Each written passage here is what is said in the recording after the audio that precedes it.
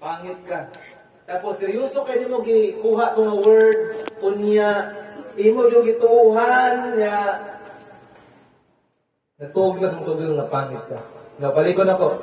Ingon ang word sa Ginoo, nagdepende sa imuha ang outcome sa imong life.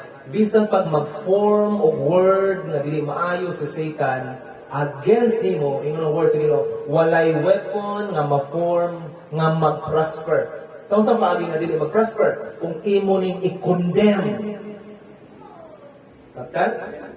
Kung imo ning i-condemn, buti pasabot na ikaw mo ning katungod nga ang silingan siguro na mo may mga pray wa gyud ang pande. O pwede ta pray kan pait ta pray. No, ingon mo. In the name of Jesus Christ, I condemn that word. Okay, declare nimo ang lahi. Ang say declare nimo that I am blessed. Lahi ko sa ubang tao, lahi ko sa ubang mga empleyado, lahi ko sa ubang mga negosyante. Ang pabor sa Ginoo naguban ako. Adunay pabor nga naguban ako. Ikaw mo ni katungod, kita mo ni katungod. Now, ngano importante ni nga akong share karon sa inyo because magsugod ta sa tuig nga kita mao ang program sa atong outcome sa life. Amen ba tayo ini? Akong pamilya? Importante na siya. Mao ni ang sekreto sa atong panimalay. Mao ni sekreto sa atong pamilya. Ang kalibutan naa sila karoy kaugalingon language. Language sa kapakyasan, language sa gitawag na to nga kadaot, language nga ang problema kita sa karon nga kita pud mga magtotoo na ni Kristo. Nagapil-apil ta sa mga language na yan. Nakalimot na nga naa sa ato ang gahom nga mag-prosper ta. So yung word sa Ginoo ganiyan, walay weapon nga deform sa enemy nga mag-prosper. Kundili kung imo ni pasagdan lang, ma-form yun ni sa imo. But if you condemn this word, no, ingnan kasi mong bana, ikaw, kay ayo, nga asawa. Kay ayo nga babae, o kay ayo nga lalaki. No. Nasulti ito niya, sila out sa kasuko, pero ayaw to dawata. In the name of Jesus Christ, I rebuke that language, and I condemn that word. Ikaw may katungod. Amen. Ikaw ni katungod. Kami nga po kayo. Dili na ito kontrolado ang masulti na ato madungog.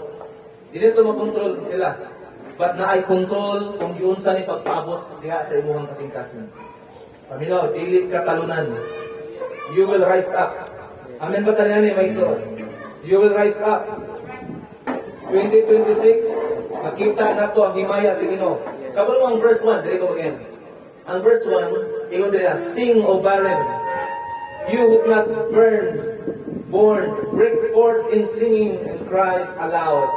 You who have not labored with child, for more are the children of the desolate than the children of married women, says the Lord. Verse 2, kinakalami, enlarge the place of your tent and let them stretch out the curtains of your dwelling. Do not spare, lengthen your cords and strengthen your stake. For you shall expand. Ilan ba tapat? You shall expand. Ilan mo kagalingon? I will expand. I will expand. I will be promoted. Ilan mo kagalingon? I will be promoted. Kabalo ka nga nung?